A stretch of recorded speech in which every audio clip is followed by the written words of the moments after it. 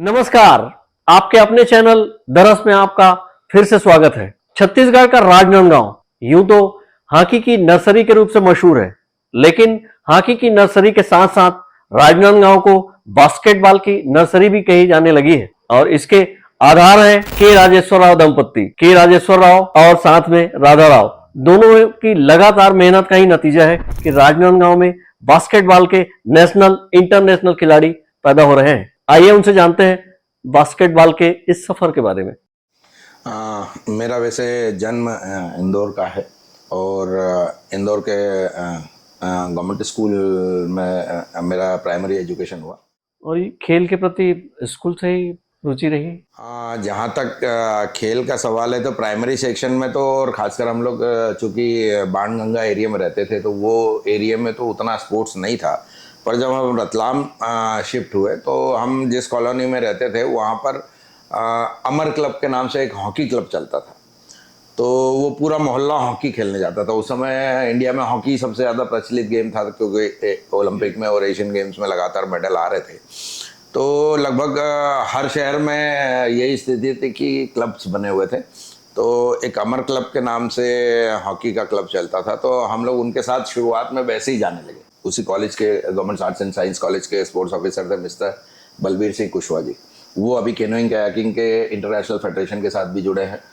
तो उन्होंने हमको पूरे जो भी बच्चे वहाँ हॉकी खेलते थे या दूसरा कोई गेम खेलते थे, तो एक आशुतोष क्रिकेट क्लब चलता था। अभी बहुत अच्छा नाम है उसका, एमपी में बहुत अच्छा है। वहाँ से कई खिलाड़ी इंडियन टीमों में भी खेले हैं।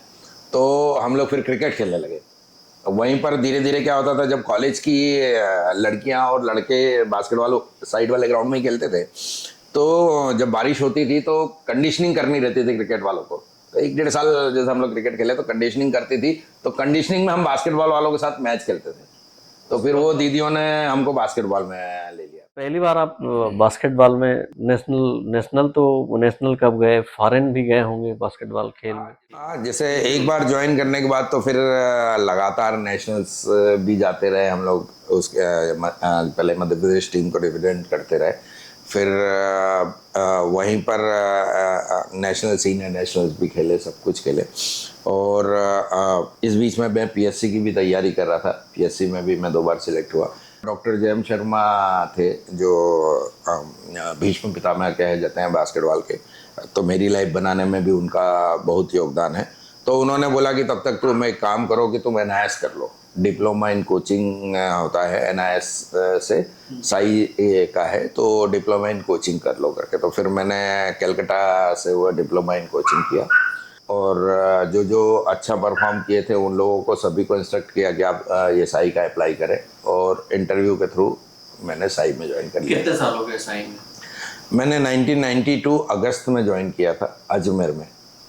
और ये सफ़र अजमेर से दिल्ली, दिल्ली से बीच में मेरा बांदा ट्रांसफ़र हुआ, फिर इंदौर ट्रांसफ़र हुआ। इंदौर से मेरे को army boys company artillery centre Nashik कर दिए। यानी कंटिन्यू ट्रांसफ़र्स होके फिर देवास रहा, सीहोर रहा, मंदसौर रहा, उसके बाद राजनांदगांव रहा। राजनांदगांव में 2001 में आया, तब से लेके अभी तक यहाँ की जर्नी एक लंबी जर्नी रही है। और एक तरह से मेरा पूरा करियर, मेरी पूरी लाइफ वहाँ पर कुछ इंडिया प्लेयर्स होंगे, कई नेशनल मेडलिस्ट थे, पर यहाँ एक तरह से रिजल्ट की झड़ी लगी क्योंकि साई का सेंटर था लगातार। और चूँकि मेहनत करने वालों के पीछे कोई ना कोई रहता है, तो कई उतार चढ़ाव देखते हुए चूँकि साई का सेंटर था, इसलिए यहाँ से फिर मेरे को किसी ने नहीं हटाया और अच्छे रिजल्ट दिए इस सेंटर। महिला बास्केटबॉल में राधा राव काफी जाना पहचाना नाम है। राधा राव, आप बास्केटबॉल में कब से? सर मैं 12 साल की एज की थी, तब से मैं बास्केटबॉल खेलना स्टार्ट किया था। 12 साल की एज में मैंने, और बस खेलते खेलते कभी सोचा नहीं था कि ऐसा करियर लेकर तो कभी स्टार्ट नहीं किया था। बस हमारी दीदियाँ खेलती थी, सीनियर जो थी वो खेलती थी, मैं हाइट में ठीक थी, तो मुझे उस टाइम पर बोले कि तुम्हारी हाइट अच्छी है, तुम बास्केटबॉल में आओ, ऐसा करके बस दीदियों ने कहा करके मैंने ज्वाइन कर लिया। धीरे धीरे पैशन बन गया। सबसे पहला नेशनल मैं जलंधर में खेली थी, यूथ नेशनल, और उसके बाद फिर कंटिन्यू खेलते गई। खेल में बाहर विदेश भी गए होंगे, कितने बार विदेश गए? जब खेलती थी उस टाइम तो 2 बार गई थी, उसके बाद फिर मैंने रेलवे ज्वाइन कर लिया था स्पोर्ट्स कोटा से ही, और रेलवे ज्वाइन करने के बाद फिर रेलवेज की तरफ से खेली हूँ, और फिर एज ए कोचिंग फील्ड में आने के बाद फिर आगे की जर्नी हुई मेरी। जो खेल है, खेल जनरली लोग इसलिए जाते हैं कि जॉब में, रेलवे में आपकी जॉब लग गई थी, थोड़ा क्यों? सर छोड़ा इसलिए क्योंकि रेलवे में जॉब करते करते जितना खेलना था वो तो खेला ही। फिर क्या हुआ, मैं छत्तीसगढ़ स्टेट से मैं उत्कृष्ट खिलाड़ी भी डिक्लेयर हो गई, मुझे छत्तीसगढ़ गवर्नमेंट से अवार्ड मिल गया उत्कृष्ट खिलाड़ी का। टाइम के लिए इधर आई, छुट्टी जैसे रेलवे में मैटरनिटी लीव और चाइल्ड केयर लीव ऐसा मिलता है, उस लीव में आई तो मैंने छोटे छोटे बच्चों को फिर मेरे बच्चे के साथ ही इन्वॉल्व करने लग गई। मैं घर पे भी रहती थी, इनको भी मैं ग्राउंड पे सपोर्ट करती थी हमेशा, मतलब शादी के बाद भी ऐसा कभी खेल से दूर नहीं रही। करते करते ऐसा हुआ कि कभी ये टूर्नामेंट में गए, किसी नेशनल में जा रहे, इंडिया कैंप में जा रहे, तो पूरे उस समय साई को जितने भी बच्चे हमारे ग्राउंड पे खेलते थे मैं ही संभालती थी, क्योंकि उस समय सिंगल कोच थे, ये तो रहते नहीं थे मैक्सिमम टाइम इंडिया कैंप या नेशनल्स में। सेंटर का क्या होगा, कौन देखेगा, इतने सारे बच्चे हैं, कैसे होगा, बस वही सोच सोच के मैं इन्वॉल्व होते गई और सेटिस्फाई हूँ, बच्चों के साथ हूँ। अभी खेलो इंडिया एकेडमी मैंने ज्वाइन किया हुआ है, अभी उसकी हेड कोच हूँ। प्लस हम साथ ही कोचिंग करते हैं, ऐसा साई या खेलो इंडिया या लोकल ऐसा कुछ नहीं है, हम एक साथ करते हैं, एक साथ टीम जाती है, कभी मैं नहीं तो ये नहीं तो ऐसा, मतलब मिल के काम करते हैं और एक राजनांदगांव के लिए खेलते हैं। अभी हालांकि इंडिया में खेल के प्रति बच्चियों का रुचि बढ़ रही है, तो अभी आप क्या पाते हैं बास्केटबॉल या खेल के प्रति, क्या उनका इंटरेस्ट देखते हैं, क्या लगता है? सर मुझे ऐसा लगता है कि जो हमारे टाइम पे हम तो वैसे ही ज्वाइन कर गए, वो एक अलग चीज है। आज के टाइम पे पेरेंट्स खुद अपने बच्चों को ज्वाइन कराते हैं। आज आप छोटे से बच्चों को भी पूछोगे ना तो उनको पता है कि नेशनल और इंटरनेशनल क्या होता है। जैसे हमको कुछ नहीं पता था, हम तो बस खेलना है ऐसा था, बट अभी का जो जनरेशन है उसको हर चीज पता है और वो पहले से ही प्लान करके चलते हैं कि हमको ऐसा खेलना है, हमको इस लेवल पे जाना है। और ये सारी चीजें ना एक अच्छा माहौल दे रही है स्पोर्ट्स को। पहले ऐसा रहता था, कई बार तो मैं भी जानती हूँ कि मैं खेलती थी ना तो बहुत बच्चे नहीं रहते थे करके, रोड पे चलते हुए कोई लंबी दिखती थी, कोई कुछ दिखता था तो मैं खुद बुला लेती थी हमारे साथ, चलो बास्केटबॉल खेलो करके। अब ऐसा होता है कि इतना कंपटीशन है, बच्चे खुद आते हैं खेलने के लिए, उनको एक सटीक प्लेटफॉर्म है ऐसा बस पता चलना चाहिए, पेरेंट्स खुद लाके छोड़ते हैं और बिल्कुल हमारे ऊपर छोड़ देते हैं कि जैसा भी हो हमारा बच्चा खिलाड़ी बनना चाहिए। जहाँ तक प्रशासक का सवाल है, नेचुरली वो तो डे टाइम है, जैसे मान लो अगर 9 बजे से शुरू होकर 5 बजे तक रहता है, पर चूंकि जो भी कोच भी हैं और इंचार्ज भी है तो उनको पूरा 9 से 5 बजे तक बैठने की ज़रूरत नहीं है। जैसे हम लोग सुबह 5:30 ग्राउंड आ जाते हैं तो 5:30 से 8:30-9 बजे तक रेगुलर हमारा ट्रेनिंग है। उसके बाद यहीं ऑफिस में कई बार रह जाता हूँ, कई बार दिन भर भी हो जाता है, नहीं तो 12-12:30 बजे तक रह के लंच के लिए चले जाते हैं, 2 घंटे रेस्ट करके फिर इवनिंग सेशन के लिए वापस आ जाते हैं। बच्चों से रिलेटेड है, लड़के लड़कियों से, बच्चों से भी डील करना, हाँ घर के वो जिम्मेदारी थोड़ी सी अफेक्ट होती है, क्योंकि आज भी हमारा ये पैशन है।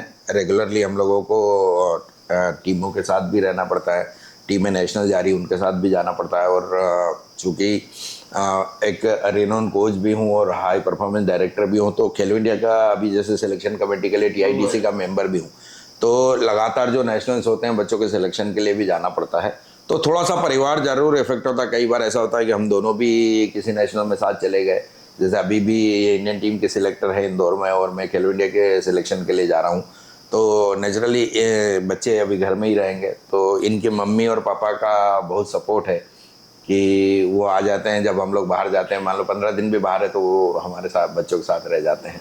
राधा मैडम, आपको कितनी कठिन लगती है ये? आप प्रशिक्षक भी हैं और सिलेक्टर भी हैं, माँ पिता तो जैसे तैसे कर लेते हैं, माँ का जो किरदार है वो कैसे निभा पाते? सब कुछ साथ साथ हो जाता है सर। बच्चे एक्चुअली सुबह वो स्कूल जाते तो सुबह का टाइम तो हमारा ग्राउंड इफेक्ट नहीं होता, इवनिंग टाइम होता है तो वो थोड़ा सा मैनेज जरूर करना रहता है। लेकिन सबसे बड़ा प्लस पॉइंट ये है कि मेरे दोनों बच्चे भी खेलते हैं तो मैं अपने दोनों बच्चों को भी अपने साथ खिलाती हूँ।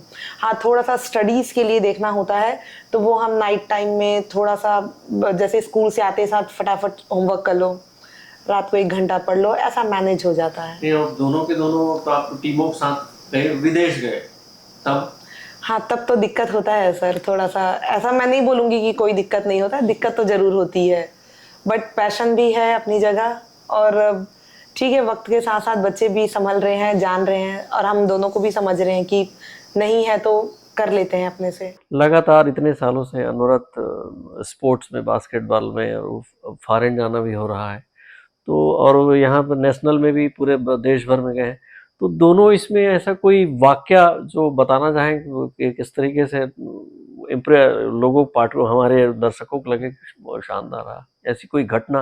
नॉर्मली क्या है, जैसे जो अभी अपने सेंटर में सारी इंटरनेशनल लेवल की फैसिलिटीज़ हैं, इंटरनेशनल लेवल की ट्रेनिंग का सिस्टम है, फॉरेन कोचेस भी लगातार आते रहते हैं। तो अभी हमारे लिए सबसे बड़ी चीज़ क्या होती है, जैसे किसी भी वर्ल्ड स्कूल चैम्पियनशिप है, उसमें जाने के बाद जहाँ 32 टीमें खेल रही है, 28 टीमें खेल रही है, उनमें किसी भी कंट्री को हराना वो सबसे बड़े चैलेंज का तौर पर होता है। तो हमें सबसे बड़ा अप्रिसिएशन, बच्चों को भी सबसे बड़ा अप्रिसिएशन क्या होता है कि अगर एक किसी भी कंट्री को मान लो अपन ने हराया है, तो शुरुआत में हम पहले साल गए थे तो गर्ल्स में हम लोग 1 या 2 मैच जीते थे, बॉयज़ में ज़रूर हम 6 मैच जीते थे। पर अगली बार से ऐसा होने लगा कि गर्ल्स का जो विमेंस पावर है, गवर्नमेंट ऑफ इंडिया ने भी विमेंस पावर को आगे बढ़ाने का काम किया है। अब धीरे धीरे वो गर्ल्स की टीमें लगातार बड़ी टीमों को हराने लगी, तो वो हमारे लिए एक मोटिवेशन का भी काम करता है। और हमारा STC, ये जो साई ट्रेनिंग सेंटर राजनांदगांव है, इसके लिए सबसे बड़ी बात यह है कि ट्राइबल और नक्सल पे काम होता है। जैसे हम लोग ट्राइबल एरिया में और नक्सल एरिया में जाके हम लोग को बच्चों को सिलेक्ट करके लाते हैं। वो एक टाइम ऐसा था कि उन्होंने कई बच्चे ऐसे हैं जिन्होंने कभी ट्रेन भी नहीं देखी थी, वो बच्चे भी इंटरनेशनल लेवल में जाके जब बच्चों को दूसरी टीमों को हरा रहे, तो वो हमारे लिए भी एक मोटिवेशन था, उन बच्चों के लिए भी था कि यार ऐसा नहीं है कि उनके पास फैसिलिटीज ज़्यादा है और सब कुछ ज़्यादा है तो अपन उनको नहीं हरा सकते। तो धीरे धीरे वो बच्चों को बूस्टअप करने लगा।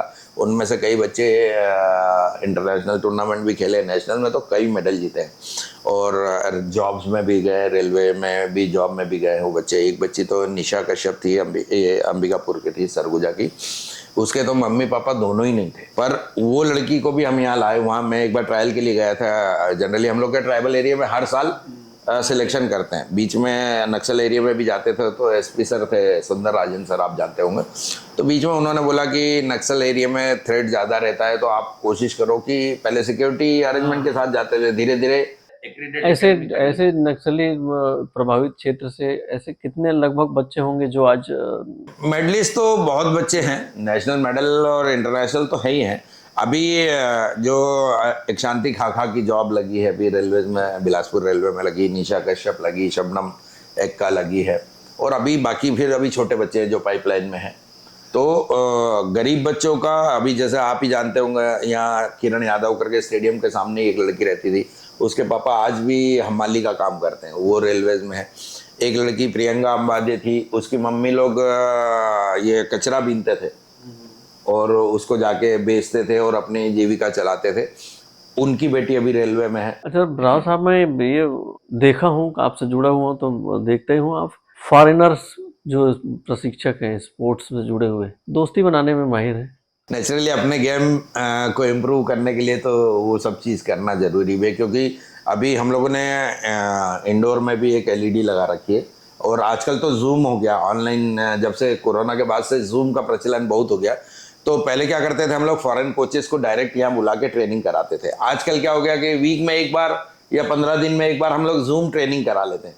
तो आपने देखा होगा इंडोर में भी एक प्रोजेक्टर लगा है और एक LED लगी है, तो उसको देख के बच्चे करते हैं, हम लोग उसमें करेक्शन करते हैं। इवन ये ऑफिस में भी अपन बैठे हैं, इसके सामने ऑफिस में भी प्रोजेक्टर लगा है, उस प्रोजेक्टर के थ्रू भी वॉल पे ट्रेनिंग चलती रहती है बच्चों को। ये छोटा ट्रेनिंग रूम बना रखा हम लोगों ने, तो उन लोगों का जो एडवांस टेक्निक्स है या टेक्टिक्स हैं, वो चीज़ें हम लोगों को भी। मैं भी जिस भी टूर्नामेंट में जाती हूँ 2-4 दोस्त तो बना के आती हूँ। उससे क्या बेनिफिट मिलता है? सर एक तो ये सर, फॉरेन एक्सपोजर के लिए हमेशा सोचती हूँ कि कभी ऐसा हो कि कोई टूर्नामेंट होता है वहाँ पर, तो जैसे अभी मैं NIS करके आई, तो वहाँ मेरे साथ भी NIS डिप्लोमा करने वाले बाहर के लोग थे। बांग्लादेश का था एक, कुछ नेपाल के लोग थे, तो उनसे भी मैं बहुत अच्छे से दोस्ती करके आई थी कि कोई टूर्नामेंट हो तो हम आपको बुलाएंगे, आप हमको बुलाओ। तो क्या फॉरेन एक्सपोजर बच्चों को मिलता है, जिससे बहुत मोटिवेशन मिलता है कि बच्चा बाहर जाकर खेल कर आता है तो उनका लेवल अलग होता है जब बच्चा एक बाहर जाके खेल कर आता है। तो आप लोग ना इसमें हमने देखा है कि बच्चों से समाज से इंटरेक्शन करने के लिए सामाजिक कार्य भी योगदान देते हैं, उसके बारे में बताएं। नो डाउट जो भी बच्चों से अपन बात करते हैं या सामाजिक कार्य से करते हैं, जैसा अभी हम लोग ने भी एक थीम दे रखी है, सोशल वर्क थ्रू स्पोर्ट्स। अभी स्पोर्ट्स के थ्रू भी हमने एक तरह से हम दोनों ने एक बीड़ा उठा रखा है कि जो ये ट्राइबल नक्सल या गरीब तबके के जो बच्चे हैं, इनको हम रॉ सिलेक्ट करके लाते हैं। उनके पास ना किट होती है, ना जूता होता है, ना और कोई फैसिलिटीज़ होती है। बास्केटबॉल के बारे में उन्होंने कभी सुना भी नहीं रहता है। ये ऐसा करके वो ट्राइबल नक्सल वाले बच्चों पे अपन लगातार कर रहे हैं। और बाद में जब वो साई की ट्रायल के लायक हो जाते हैं, मीन्स नेशनल खेल लेते हैं, जैसे डीपीएस जुगांतर में खेल के वो स्टेट विनर हो जा रहे, नेशनल खेल ले रहे, जब साई की अर्हता आ जा रही तो उनको अपन साई में ट्रांसफर। राधा मैडम, अब हमारे बच्चियां स्पोर्ट्स के प्रति और आकर्षित हो रही हैं। अभी आप क्या कहना चाहेंगे बच्चियों को कि बास्केटबॉल या खेल के प्रति वो रुचि और बढ़ाएं, क्या कहना चाहेंगे? बच्चा ना ऐसा होता है कि नींद में भी ना, मतलब ऐसा रहता है कि वो कई बार नींद में भी गेम खेलते रहते हैं। बोले कई बच्चे कि बॉल पकड़, ऐसा कर वैसा कर, बोलते रहते हैं बच्चे। तो स्पोर्ट्स एक, अभी का जो गवर्नमेंट है स्पोर्ट्स को बहुत बढ़ावा दे रही है। स्पोर्ट्स में भी बहुत अच्छा फ्यूचर है। हम लगातार देख रहे हैं कि इंटरनेशनल लेवल पे भी हमारे बच्चे बहुत मेडल जीत रहे हैं, हमारा देश जीत रहा है। और स्पोर्ट्स को सिर्फ टाइम पास या फिजिकल फिटनेस अब नहीं रहा, ये फ्यूचर बनाने वाली चीज है। नाम दे रही है, इज्जत दे रहा है, सारा कुछ स्पोर्ट्स से हम पा रहे हैं, जिसमें हम भी जो भी आज जो कुछ है, और आपके सामने बैठ के अगर बात करें तो सारा कुछ स्पोर्ट्स का दिया हुआ है। तो स्पोर्ट्स अब सिर्फ फिटनेस के लिए नहीं रहा है, जीवन बनाने में भी बहुत बड़ा योगदान है। स्पोर्ट्स से नाम, इज्जत सब कुछ है। राव साहब, हमारे जो खेल के प्रति आना चाहते हैं, खेल में आना चाहते हैं, खासकर साई में बच्चे आए, साई के प्रति जाने, इस संबंध में कुछ कहना चाहेंगे? जहाँ तक साई का सवाल है, चूँकि स्पोर्ट्स अथॉरिटी ऑफ इंडिया है, जैसे कई बार लोग साई, जो अनजान लोग हैं वो साई बाबा से रिलेटेड कुछ समझते हैं। साई का मतलब है SAI, sports authority of India. ये गवर्नमेंट ऑफ इंडिया का वेंचर है और sports and youth welfare department से ये एक्टिविटी रन होती है। तो अभी आप जिस सेंटर पर बैठे हैं वो इंडिया में नो डाउट ये सेंटर राजनांदगांव का स्टार्ट हुआ था हॉकी के कारण, क्योंकि शुरुआत में जो 20 रेजिडेंशियल सीट थी वो 20 के 20 हॉकी की थी।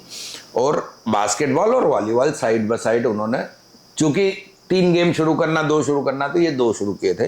पर आज की स्थिति में इस शहर की पहचान, इस सेंटर की पहचान बास्केटबॉल से ज़्यादा है, जो कंटिन्यू इंटरनेशनल पार्टिसिपेशन है, कंटिन्यू नेशनल मेडल है। मोर देन 1000 बच्चे ऐसे होंगे जो इस सेंटर पर ट्रेनिंग करके नेशनल में मेडल जीते होंगे। मोर देन 150 बच्चे होंगे जो अलग अलग इंटरनेशनल टूर्नामेंट में खेले होंगे। मोर देन 200 बच्चे होंगे जो स्पोर्ट्स कोटे में जॉब में गए हैं। मृणाल चौबे के बारे में आप जानते होंगे, रॉयल किड्स कॉन्वेंट में पढ़ता था।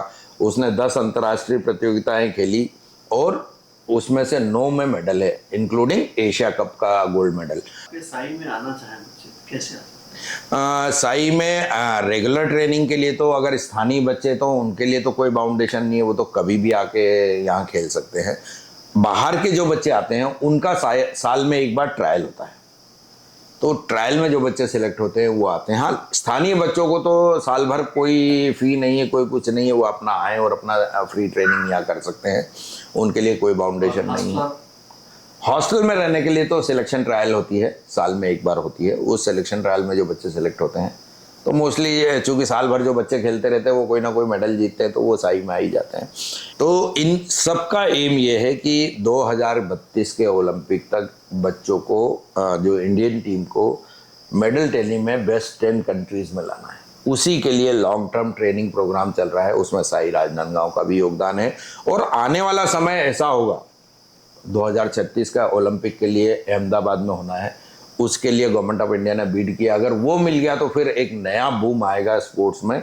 और आने वाला समय ऐसा है जो गवर्नमेंट ऑफ इंडिया प्रयास कर रही है, अलग अलग स्टेट मिलकर प्रयास कर रही है। जैसे हॉकी के मामले में ओडिशा ने प्रयास किया, तो अलग अलग स्टेट जो प्रयास कर रही है, स्पोर्ट्स एक इंडस्ट्री का रूप लेने वाला है। तो हर बच्चे को पढ़ाई अपना वो करता रहे, पढ़ाई नहीं है, आप पढ़ाई से आप डॉक्टर, इंजीनियर, MBA, BBA जो भी करना चाह रहे हैं, पर आप चाहें तो स्पोर्ट्स को भी कैरियर के तौर पे ले सकते हैं, क्योंकि उसका सबसे बड़ा उदाहरण है राजनांदगांव। यहाँ से कई बच्चों ने खेल कोटे के थ्रू नौकरी पाई है, सरकारी नौकरी पाई है। साथ में अभी आप देख रहे होंगे ओलंपिक में, पहले आप भी सुनते थे हॉकी गोल्ड मेडल जीत के आया तो क्या है, आते थे, स्वागत करते थे, सब कुछ करते थे। क्रिकेट में एक अलग से था कि बहुत पैसा मिलता है करके, पर अब ऐसा हो गया है कि हर खेल में अगर आपने एक्सीलेंस किया, जैसे वर्ल्ड चैंपियनशिप जीती क्रिकेट ने तो उनको इतने करोड़ रुपए मिले, इतने लाख रुपए मिलने वाली बात होती है। आज हर स्टेट गवर्नमेंट ने अनाउंस कर रहा है, इवन छत्तीसगढ़ गवर्नमेंट ने भी अनाउंस कर रखा है, ओलंपिक में मेडल है तो आपको 2 करोड़ मिलेगा।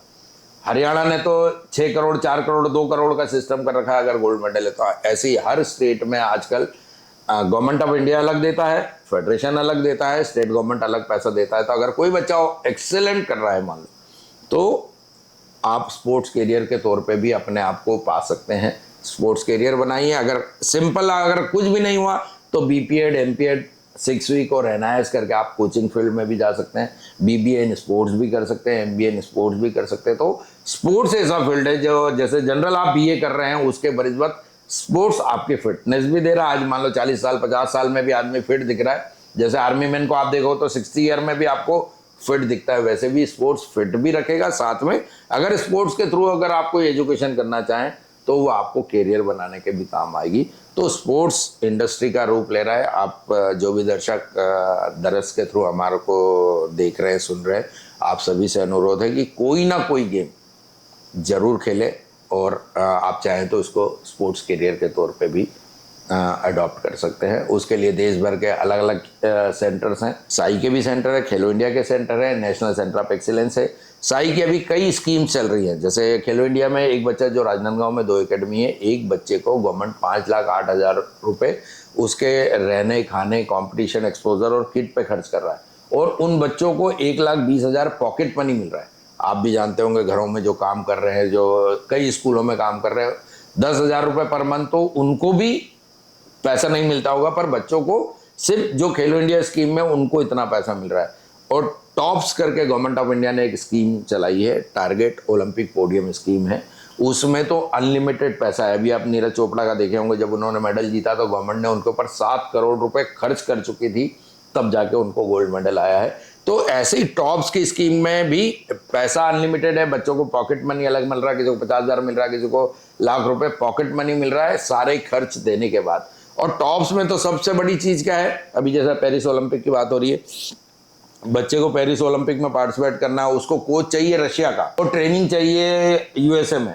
तो गवर्नमेंट ऑफ इंडिया रशिया का कोच भी दे रही है और ट्रेनिंग यूएसए में करा रही है, बाद में वो ओलंपिक में जाके कोच भी साथ जा रहा है। यानी इतनी फैसिलिटी टॉप्स के स्कीम में दे रही है।